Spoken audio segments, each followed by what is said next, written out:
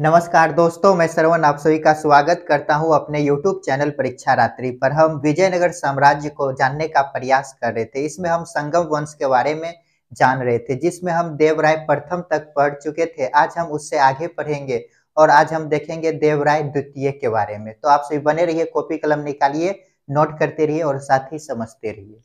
तो हेडिंग दीजिएगा, अगला शासक देवराय द्वितीय। देवराय द्वितीय। ये जो देवराय द्वितीय हैं, इन्होंने दो उपाधि ग्रहण किया। इनके उपाधि इंपॉर्टेंट हैं, देखिए। उपाधि इम्मादी नरसिंह, इम्मादी देवराय पहला उपाधि, इम्मादी देवराय। और दूसरा लेते हैं उपाधि गजबेटकर।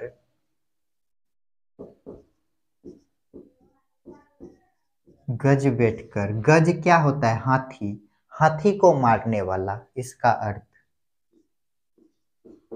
हाथी को मारने वाला। ये जो संगम वंश है, संगम वंश का ये महत्वपूर्ण शासक है। क्या है? संगम वंश का सबसे महत्वपूर्ण शासक। संगम वंश का सबसे महत्वपूर्ण शासक कौन है? तो देवराय द्वितीय। इन्होंने तुर्की सैनिकों को अपनी सेना में काफी मात्रा में रखा। तो अगला पॉइंट लिखते हैं, बड़ी संख्या में इन्होंने तुर्की सैनिकों को अपनी सेना में शामिल किया। बड़ी संख्या में तुर्की सैनिकों को अपनी सेना में शामिल किया।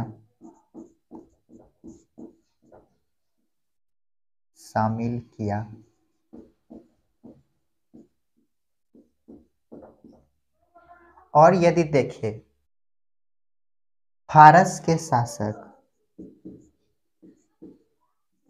शाहरुख,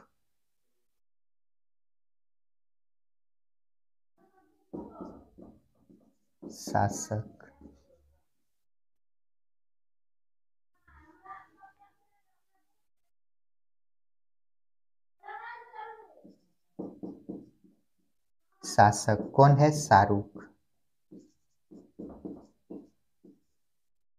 और विजयनगर का शासक कौन है? विजयनगर शासक देवराय द्वितीय। देवराय द्वितीय, ये जो देवराय द्वितीय है, ये शाहरुख ने देवराय द्वितीय के यहाँ एक राजदूत भेजा। राजदूत, ये राजदूत कौन है? तो अब्दुल रज्जाक। अब्दुल रज्जाक।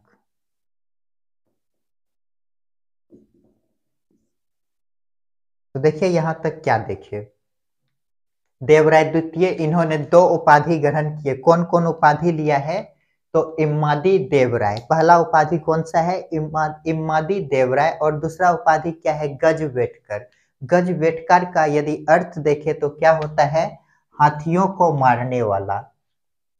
और ये जो है कि संगम वंश का सबसे महत्वपूर्ण शासक है। यदि बोले सबसे महत्वपूर्ण शासक संगम वंश के कौन है, तो देवराय द्वितीय। और ये जो है कि बड़ी संख्या में तुर्की सैनिकों को अपनी सेना में शामिल किया। हम इससे पहले कल के वीडियो में देखे थे देवराय द्वितीय, उन्होंने भी तुर्की सैनिकों को अपने सेना में शामिल किए थे, लेकिन कम मात्रा में। इन्होंने काफी मात्रा में क्या किया? तुर्की सैनिकों को अपनी सेना में शामिल किए। और यदि देखें इसके बारे में महत्वपूर्ण पॉइंट, तो एक फारस का शासक होता है शाहरुख। ये जो शाहरुख है, ये जो विजयनगर साम्राज्य है, इसके दरबार में एक राजदूत भेजा जिसका नाम क्या है, अब्दुल रजाक। राजदूत का नाम क्या है, अब्दुल रजाक। यहां तक नोट कीजिए और इसके बारे में जानते हैं। तो चलिए इसको मिटाते हैं और आगे देखते हैं।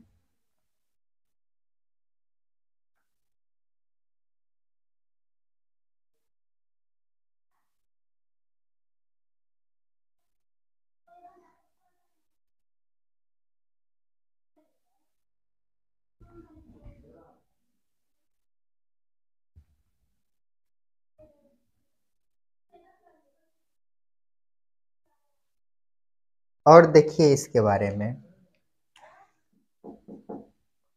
महाभाष्य।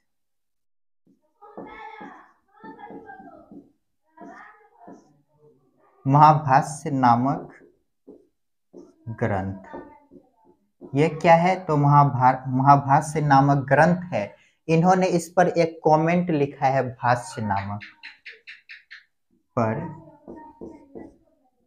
भाष्य नामक टीका लिखा। टीका को ही क्या कहते हैं, कमेंट। अर्थात महाभाष्य जो ग्रंथ है, इस पर इन्होंने क्या किया है, एक कमेंट किया है।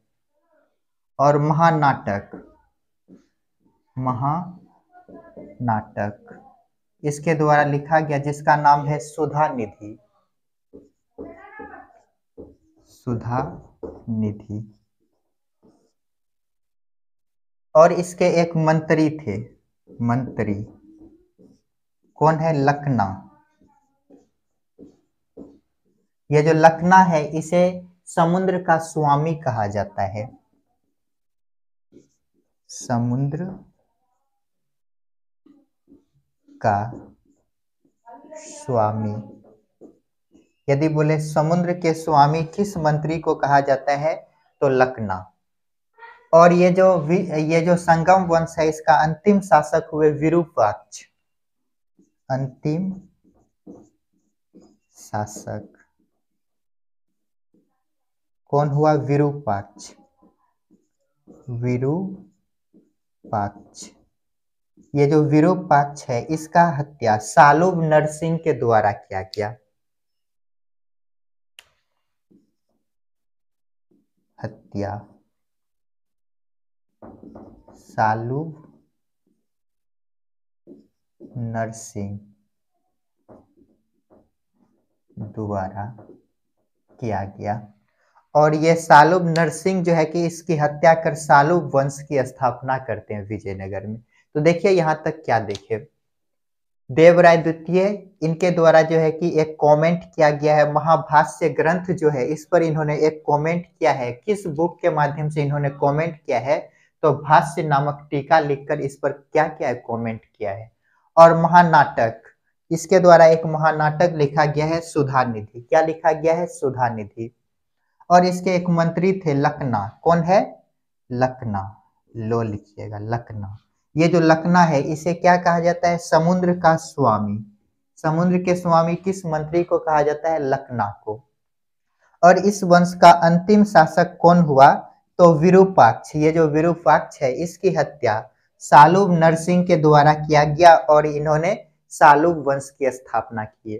तो यहाँ तक जल्दी से नोट कीजिए, इसके बाद देखेंगे हम सालुक वंश को। तो चलिए इसको मिटाते हैं, अब अगला डायनेस्टी देखते हैं।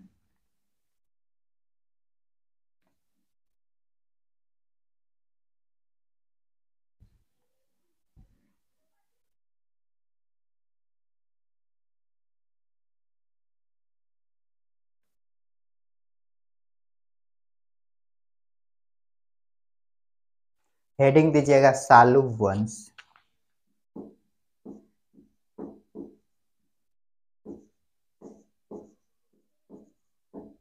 इसका टाइम पीरियड यदि देखें, तो 1485 से 1505 एडी।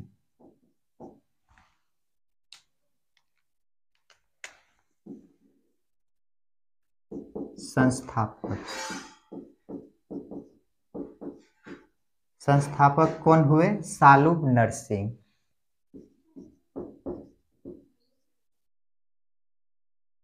सालुब नरसिंह। इसका टाइम पीरियड कब से कब तक रहा? 1485 से 1505 एडी।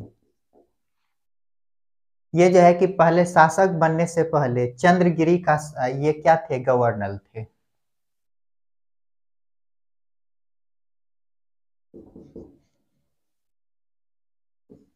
पहले चंद्रगिरी का गवर्नर था। इसके यदि सेनापति देखें, सेनापति नरसा नायक, नरसा नायक। इसके सेनापति कौन है? नरसा नायक। ये सालुब नरसिंह जो है, इसकी मृत्यु होने के बाद, देहांत होने के बाद इसका एक पुत्र होता है जिसका नाम है वीर नरसिंह।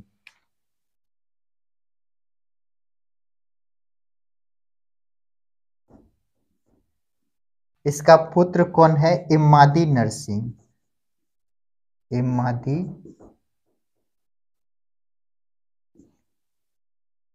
नरसिंह। ये क्या हुए? शासक बने। तो ये जब शासक बने तो ये क्या था? कमजोर शासक हुआ। कैसा हुआ? कमजोर। कमजोर शासक था। ये जब कमजोर शासक थे तो इसकी वास्तविक शक्ति सेनापति नरसा नायक के पास था। तो यहां पर लिखते हैं इधर,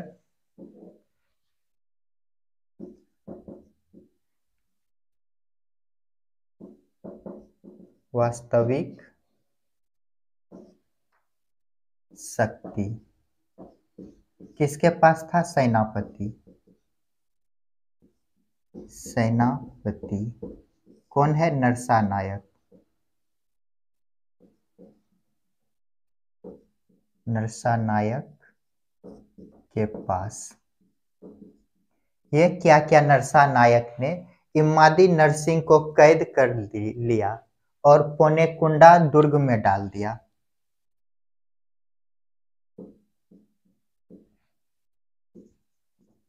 कैद कर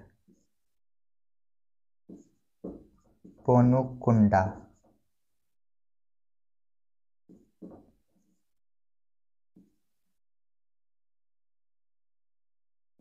दुर्ग में डाल दिया।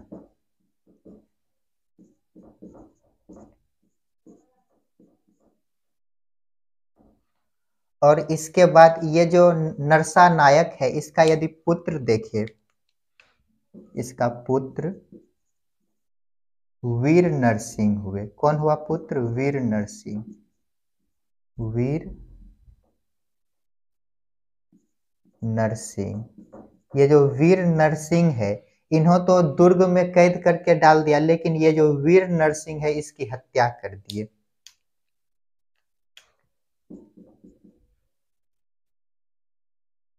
इम्मादी नरसिंह की हत्या कर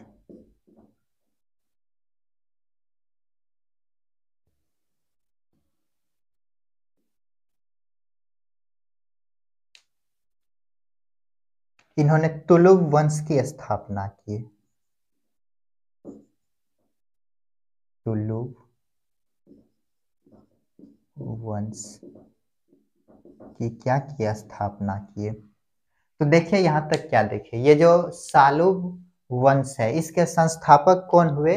तो सालुब नरसिंह। इसका टाइम पीरियड 1485 से 1505 एडी तक रहा। ये पहले कहाँ के शासक थे? गवर्नर थे। तो ये पहले चंद्रगिरी का क्या था? गवर्नर था। इसके सेनापति यदि देखें तो कौन बना? नरसा नायक। कौन? नरसा नायक। इसके देहांत जब हुए, जब ये जो सुलभ नरसिंह है इसकी देहांत हो गई, मृत्यु हो गई, तो इसका स्थान किसने लिया? इसका पुत्र इमादी नरसिंह। लेकिन इमादी नरसिंह क्या है? यह एक कमजोर शासक है, लेकिन इसी के कारण जो है कि वास्तविक शक्ति किसके पास है? तो नरसा नायक। वास्तविक पावर किसके पास है? नरसा नायक के पास है। तो यहाँ पर लिखे हैं वास्तविक शक्ति किसके पास है? सेनापति नरसा नायक के पास।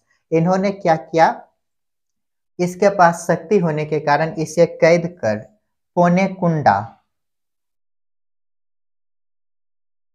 पोनुकुंडा दुर्ग में डाल दिया।